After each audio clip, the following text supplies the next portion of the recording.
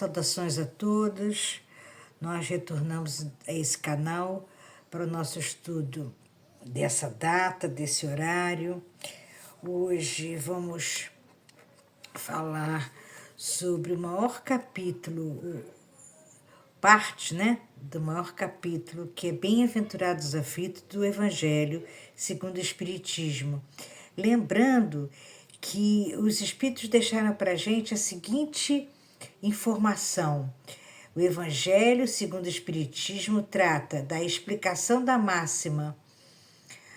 máximas morais do Cristo, em concordância com o Espiritismo e a sua aplicação às diversas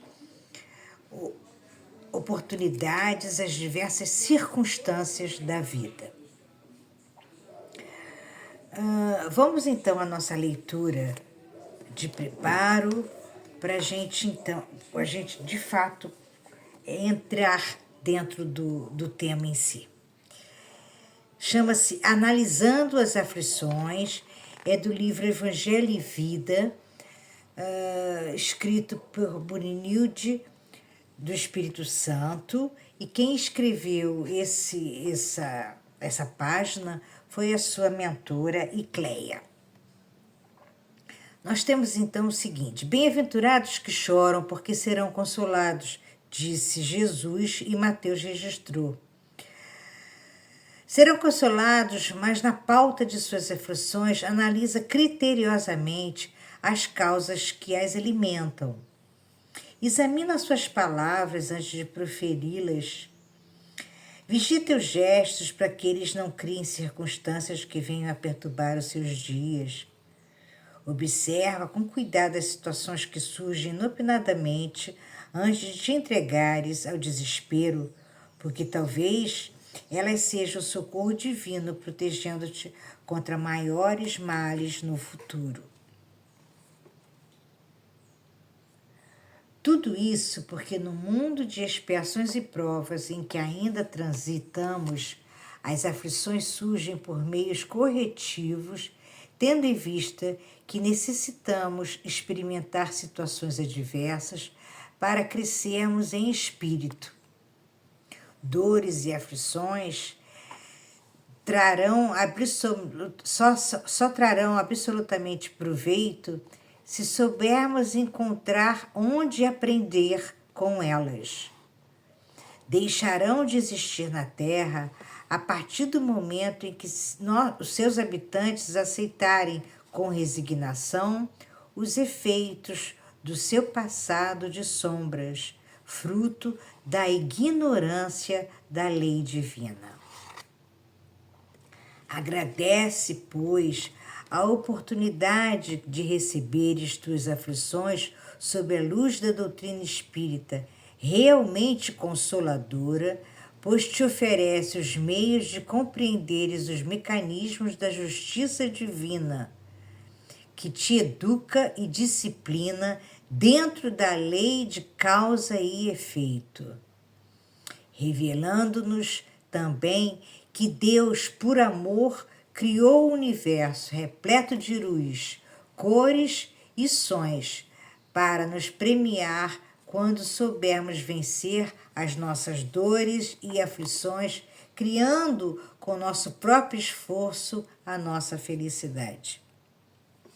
Mestre Jesus, estamos aqui, Senhor, mais uma vez, em torno do Teu nome, em torno do Teu Evangelho, na certeza de que podemos receber as bênçãos dos céus através dos Teus trabalhadores em espírito para divulgar o nosso estudo, para juntos, Senhor, entendermos as razões das nossas aflições e o que podemos fazer com elas, Senhor. Dá que nós que vamos dissertar possamos receber as bênçãos dos céus e que todos aqueles, Senhor, que estiverem nesse momento envolvidos, escutando, envolvidos nesse estudo, possam se beneficiar do Teu amor. Graças a Deus. Bom, Então, como vocês observaram, a própria página de Cleia já mostra para gente que nós temos as nossas aflições por conta das dores ou das escolhas equivocadas que nós fizemos no passado, porque hoje nós estamos colhendo. Só que mais crescidos, mais maduros, a gente já tem condição de observar essa situação toda e modificar em prol de nossa própria vida. Não da felicidade perene, daquela felicidade passageira, mas sim da felicidade real, que nasce fruto da nossa análise relativo ao bem e ao mal, que nasce a partir do momento que a gente consegue entender de fato o que seja, o que nos convém e o que não nos convém. Dia desses nós estávamos assistindo um filme belíssimo, já não é muito recente, se vocês quiserem procurar, eu acredito que ainda tenha nos canais de streaming. Então tinha um personagem de Anthony Hopkins colocando para gente o seguinte: precisamos da compreensão de que nós somos quem nós fomos. Precisamos da compreensão de que nós somos quem nós fomos. Desesperadamente é necessário que a gente faça isso. Que a nossa força e a nossa sabedoria vença os nossos medos, nossos preconceitos e a nós mesmos, doando-nos a coragem de fazer o que é certo. A princípio, nos parece algo forte demais. Nossa, mas será que a gente precisa de tanto assim para nos corrigir? Precisamos sim, porque os erros que nós cometemos, alguns deles, eles estão enraizados dentro do nosso comportamento. E esses erros, eles não foram adquiridos por nós de uma hora para outra. Nós os adquirimos exatamente num processo de repetição. Para que a gente mude toda essa situação, é necessário coragem para iniciarmos ou para darmos continuidade a um processo de fazer a coisa certa, de fazer as coisas que agravam o nosso comportamento de forma diferente. É importante que a gente observe, mais uma vez, que quando os espíritos se reuniram junto a Kardec para elaborar o Evangelho segundo o Espiritismo, eles tinham em mente que nós estaríamos já nessa fase de processo de transformação da Terra de mundo e provas e expiações para mundo de regeneração, compreendendo de fato que o Espiritismo, é consolador, compreendendo de fato que nós entendemos por que somos bem-aventurados, a partir do momento que nós percebemos essa realidade de que Deus não castiga ninguém, somos nós quem criamos de forma direta ou indireta as nossas vicissitudes, as nossas dores.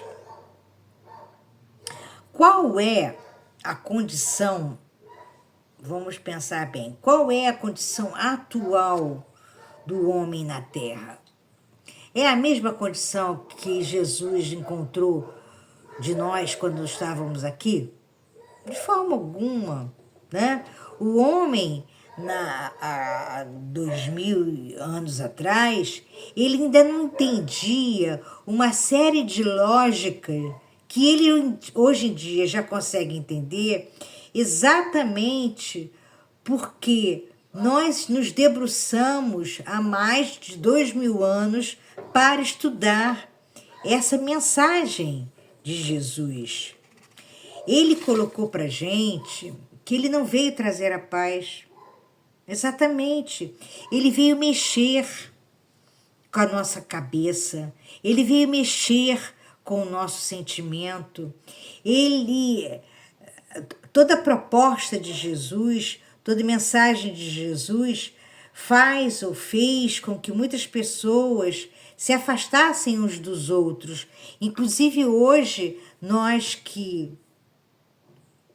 estudamos o Espiritismo, sabemos que ainda existem muitas pessoas que não querem conhecer porque acham que as coisas dos espíritos são coisas inaceitáveis, são coisas sobrenaturais, ou seja, não é dentro do natural.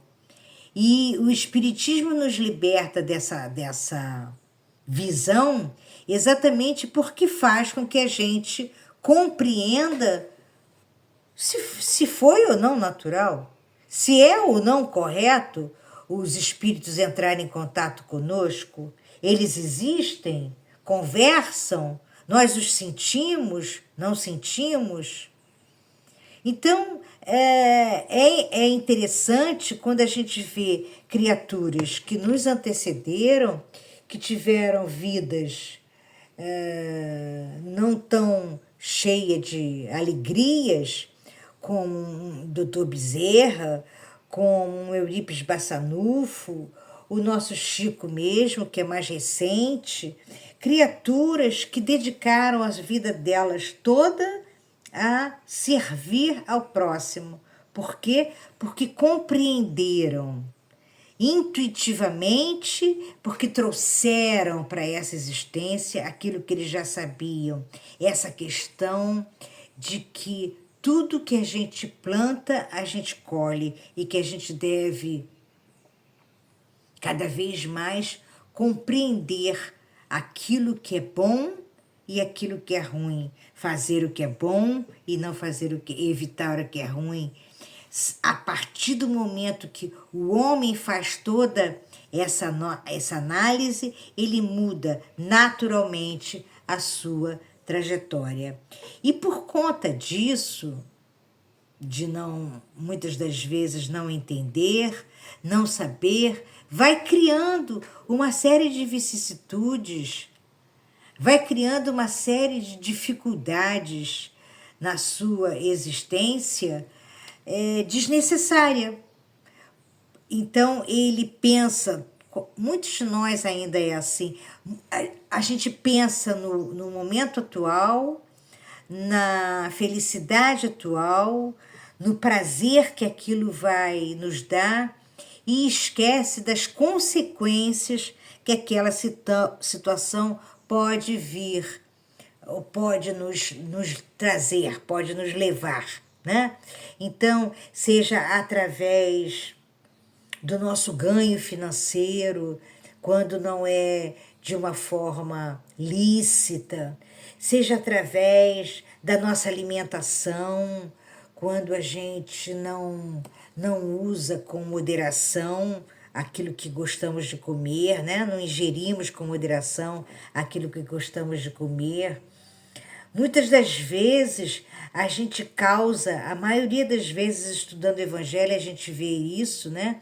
A gente tem tristeza, a gente tem mágoa, a gente é ferido, a gente é machucado, porque não soubemos dar limites às nossas vontades e àqueles que a gente conduz. Muitas das vezes pode ser nossos filhos. Se a gente procurar andar pela linha certa, se a gente procurar dar para os nossos essa base, a probabilidade é muito grande de que a gente venha a acertar. Então, hoje, estamos todos nós inseridos nessa condição de colher aquilo que a gente viveu e, ao mesmo tempo, plantar. Quando a gente colhe, a gente pode sentir dor. É uma análise muito interessante, essa questão de sentir dor quando a gente está colhendo. E os espíritos dizem para a gente que ela é inevitável, mas o sofrimento é evitável. Mas como pode isso? Dor sem sofrimento. Sim, nós temos vários exemplos de pessoas que estão maduras. Todos nós estamos nesse processo de amadurecimento, então de pessoas que podem fazer a distinção e observar. Eu não preciso ficar adulando, alimentando a minha dor. Alguma coisa aconteceu para que eu esteja sofrida, para que eu esteja choroso. Mas será que eu preciso ficar me recordando, revivendo aquele fato? Ou eu posso parar e pensar, o que essa dor está querendo me dizer? O que eu preciso aprender com ela?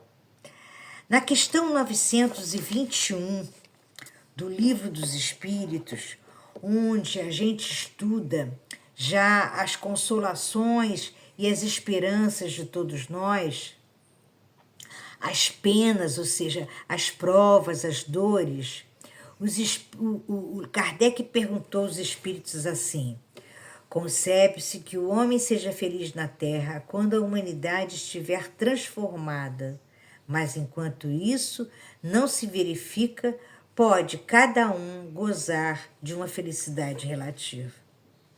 É tão bom ouvir isso, é tão bom saber disso, é tão bom que a gente já pode entender que a nossa felicidade não é para o futuro.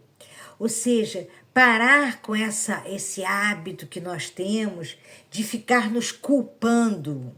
Responsabilizar-nos é algo, culpar-nos é outra completamente diferente. Todos nós estamos num processo de aprendizado. Errar e acertar faz parte. Agora, se a gente errou, não precisa a gente ficar nos imolando por conta dos erros. Basta que a gente entenda que a gente pode fazer de novo. Que a gente peça à espiritualidade oportunidade para isso.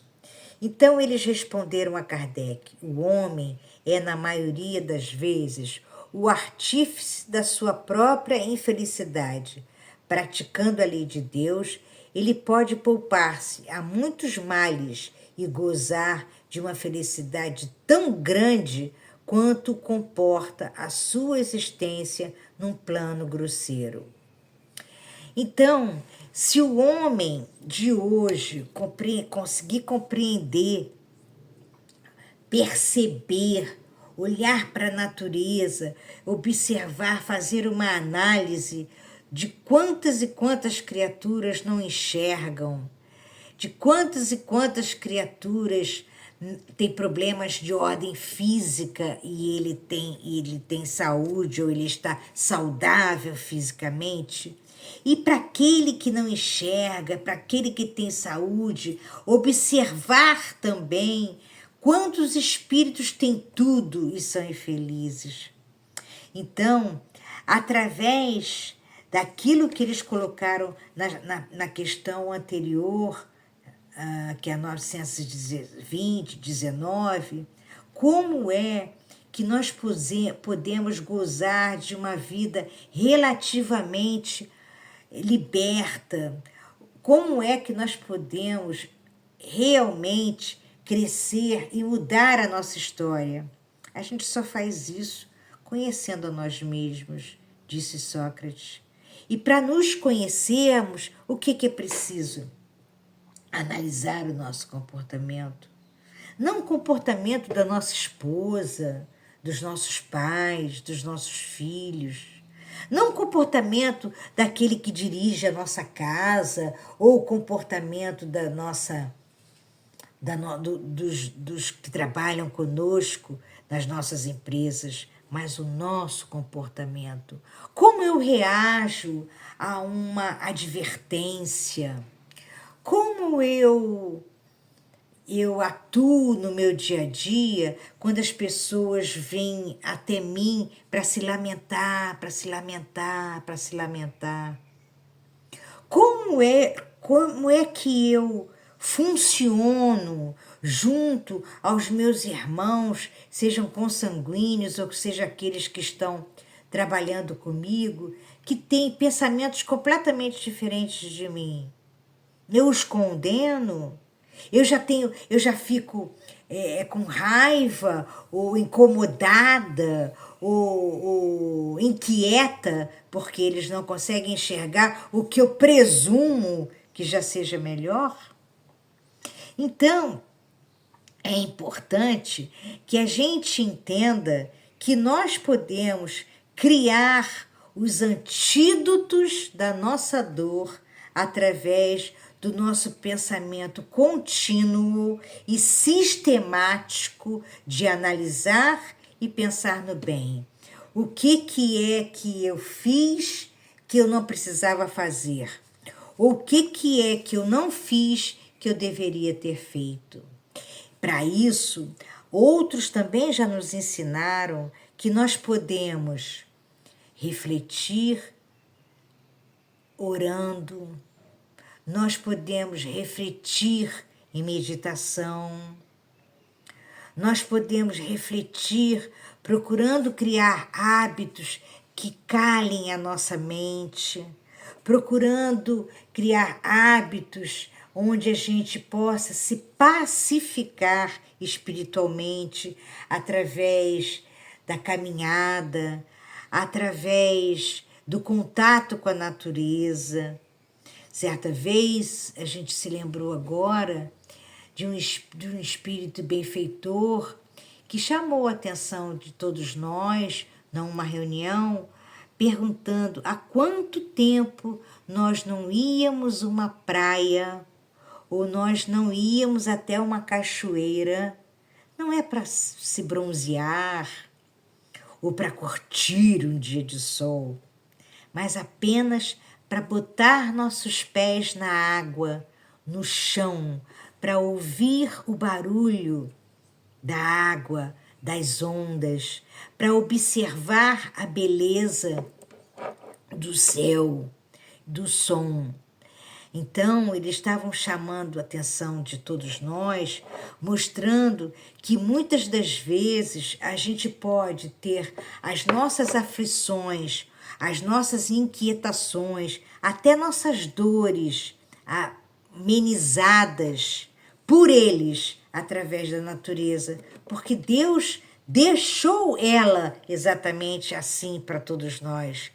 E os animais, esses nossos irmãos que ainda não pensam, mas raciocinam tão bem, e os animais provam isso, mostram isso para a gente o tempo todo. Conhecer a si é, assim, uma questão de se auto-observar internamente e intensamente, sem desculpas, ou procurando observar a razão dos erros. Tudo vai depender da postura que nós tivermos diante dos nossos acertos e dos nossos erros. Nossa, mas de nossos acertos também, sim, dos nossos acertos. Por quê? Porque quando nós acertamos, dependendo da reação, aquilo pode se transformar num erro.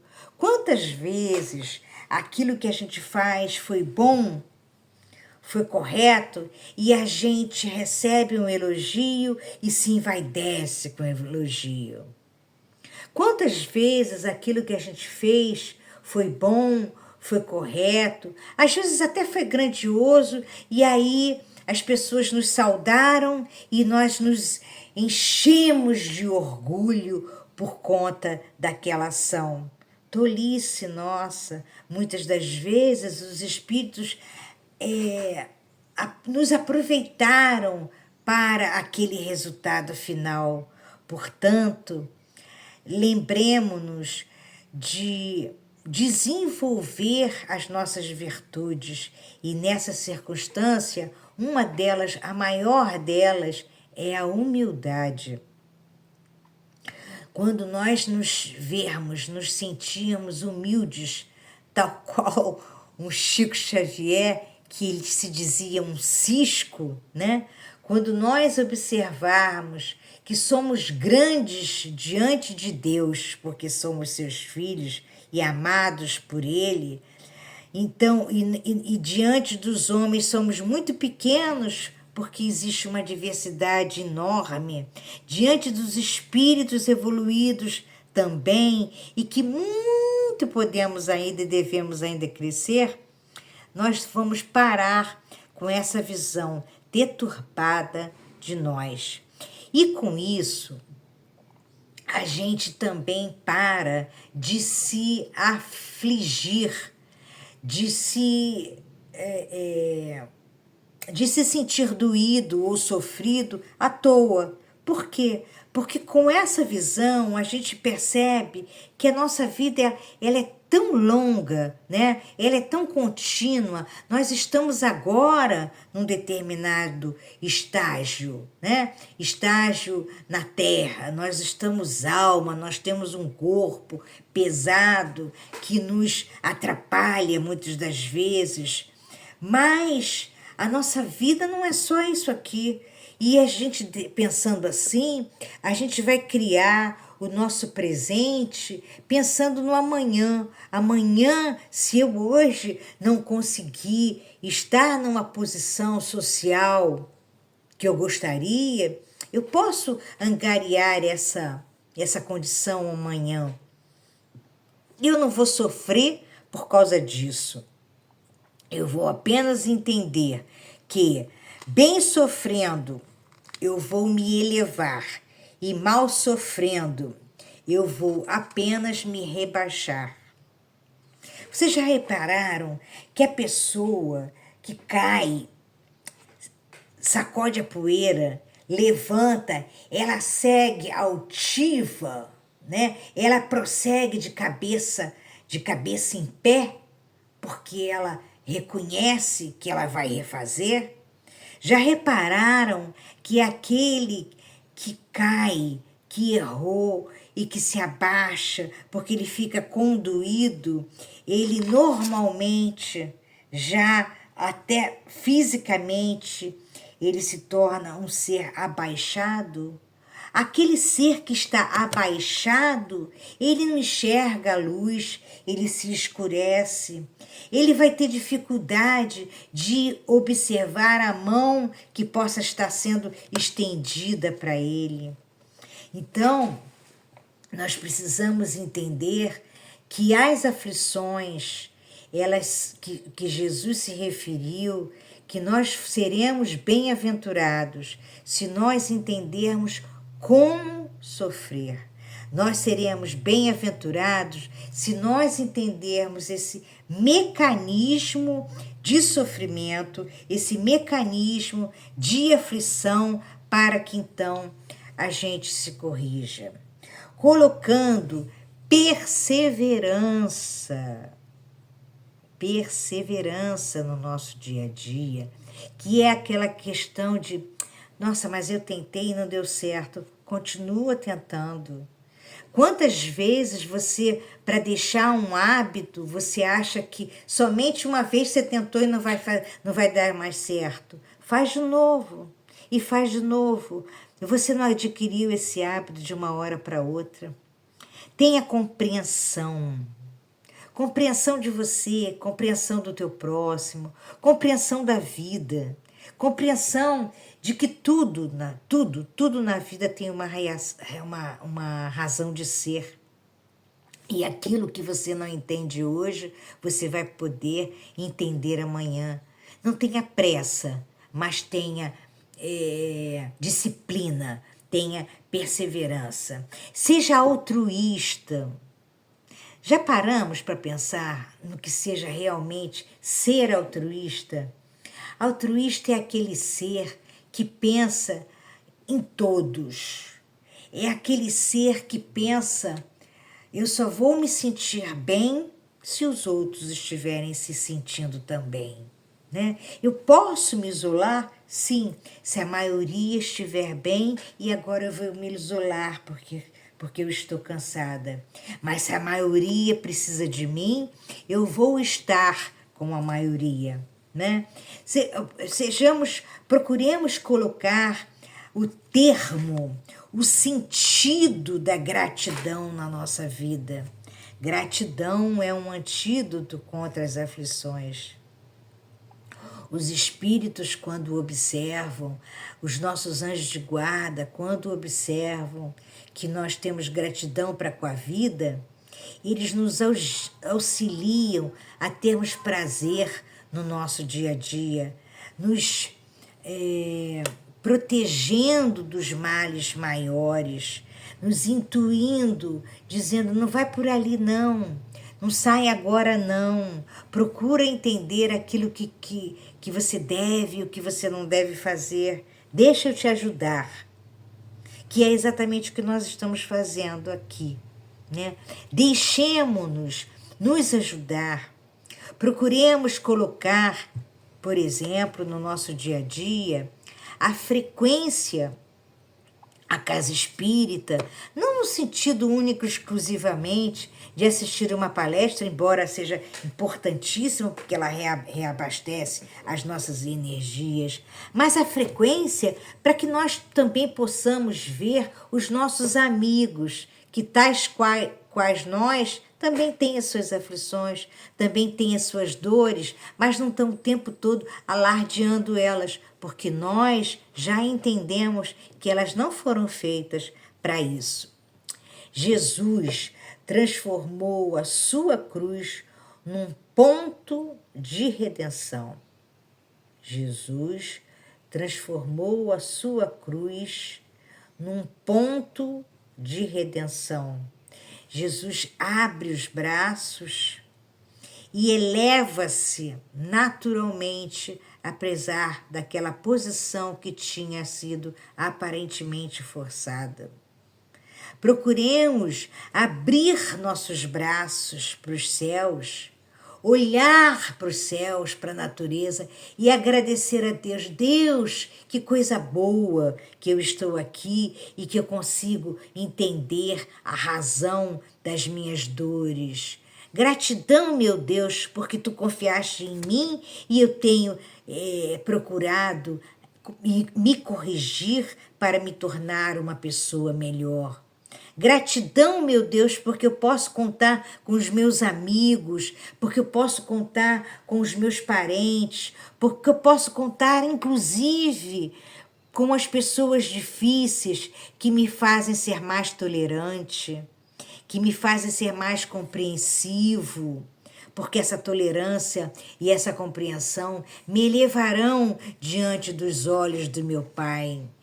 Que eu possa entender que a tristeza, Senhor, pode vir apenas para que eu entenda que aquilo deve ser modificado. Que a tristeza veio porque eu observei uma ação ruim para que fizeram comigo e eu não quero fazer assim para com os outros. Ou que eu estou triste porque eu errei para com o próximo e assim eu me arrependo e tenho condição de observar como fazer diferente, não só através do arrependimento, e com o arrependimento eu tenho a capacidade de entender a maneira como eu posso reparar. e não ficar alimentando a tristeza, alimentando o remorso, porque isso me trará a morte, e a morte na própria vida. A tristeza, a boa tristeza, a boa aflição, nos leva a um movimento. A tristeza ruim nos leva à apatia, à inércia. Não é isso que Deus espera de nós. Não é isso que o nosso irmão maior veio nos mostrar. Toda o ensinamento de Jesus foi e é exatamente para isso, para que a gente crie ações para modificar a nossa existência. A vida é ação, a natureza é ação. Existe um momento para tudo, mas sempre em movimento. Esse exemplo também nosso de observar a nossa luta ou a nossa dor diferente, muitas das vezes, sem que a gente perceba, a gente está contribuindo para um mundo melhor. Porque os nossos filhos, os nossos parentes, os nossos vizinhos, as pessoas que convivem conosco vão observar, né? Quantas vezes a gente fala de um exemplo de uma Amazona Hércules?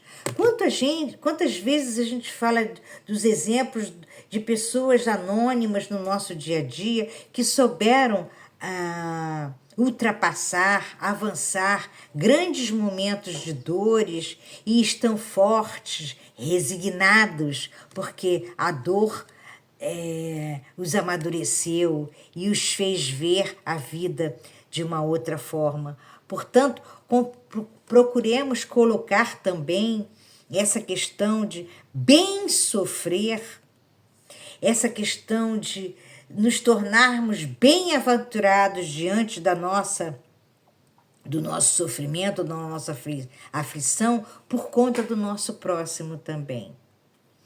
Com luz, com Deus, sem luz, sem nada. Vejam bem, com luz, com Deus, sem luz, sem nada. Acendamos a nossa luz através dos ensinos de Jesus. A verdadeira felicidade é quando o homem acerta dentro daquilo que escolhe. Jacques Rousseau. Portanto, amigos, nós temos tantos companheiros nossos que nos antecederam, tantos irmãos que entenderam essa mensagem de Jesus e que estão aqui torcendo pela gente. Nós estamos torcendo por muitos. E para que isso aconteça, a ação é nossa. Nós devemos tornar cada minuto da nossa vida uma oportunidade de reconstrução. Que os nossos bons anjos, os nossos bons amigos, que a espiritualidade da casa nos envolva hoje e sempre e nos fortaleça para que a gente possa chegar no plano espiritual e nos sentirmos de fato bem-aventurados. Graças a Deus.